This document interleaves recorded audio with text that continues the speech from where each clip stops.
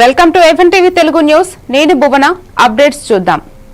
అనకాపల్లి జిల్లా దేవరపల్లి మండలంలోని ఆలుమండ గ్రామం నుంచి సుమారు 150 మంది భక్తులు కార్తీక మాసం సందర్భంగా వివిధ పుణ్యక్షేత్రాలకు తీర్థయాత్రగా పయనమయ్యారు.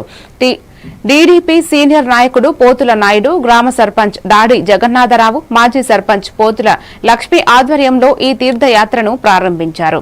ఈ సందర్భంగా టీడీపీ నాయకుడు పోతుల నాయుడు మాట్లాడుతూ గ్రామ ప్రజల్లో చాలా మందికి శ్రీశైలం, కోటప్పకొండ, పానకాల స్వామి, కనకదుర్గమ్మ, వాడపల్లి వెంకన్న, పిఠాపురం శక్తిపీఠం నిర్వహించారు. భక్తి భావాన్ని పెంపొందిస్తూ ప్రజల కోసం నిరంతరం సేవ చేస్తున్న నాయకులకు గ్రామస్తులు కృతజ్ఞతలు తెలిపారు.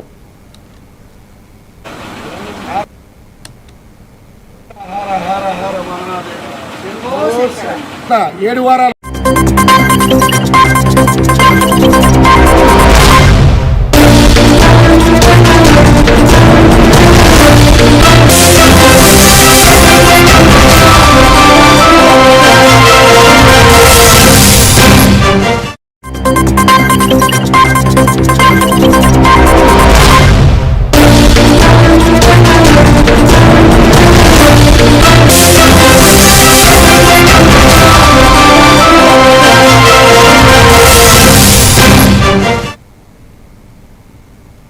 Welcome to FNTV Telugu news. నేను భువన. డీటెయిల్స్ చూద్దాం.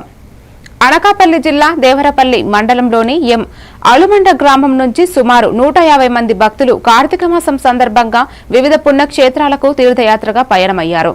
టీడీపీ సీనియర్ నాయకుడు పోతుల నాయుడు, గ్రామ సర్పంచ్ దాడి జగన్నాథరావు, మాజీ సర్పంచ్ పోతుల లక్ష్మి ఆధ్వర్యంలో ఈ తీర్థయాత్రను ప్రారంభించారు. ఈ సందర్భంగా టీడీపీ నాయకుడు పోతుల నాయుడు మాట్లాడుతూ గ్రామ ప్రజల్లో చాలా మందికి శ్రీశైలం, కోటప్పకొండ, పానకాల స్వామి, కనకదుర్గమ్మ, వాడపల్లి వెంకన్న, పిఠాపురం శక్తిపీఠం నిర్వహించారు.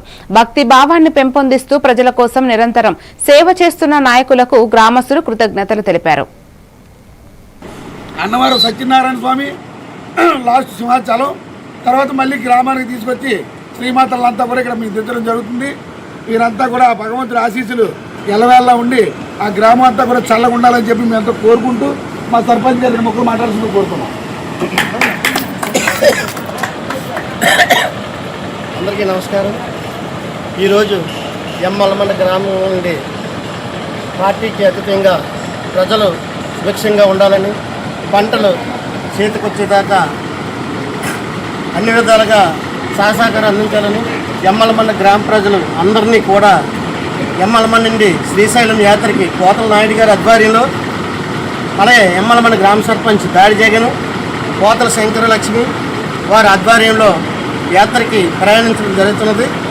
ఇప్పుడు గ్రామం నుండి ఓన్లీ లేడీస్ 85 మందితో ప్రయాణం ఇప్పుడు మొదలవుతుంది.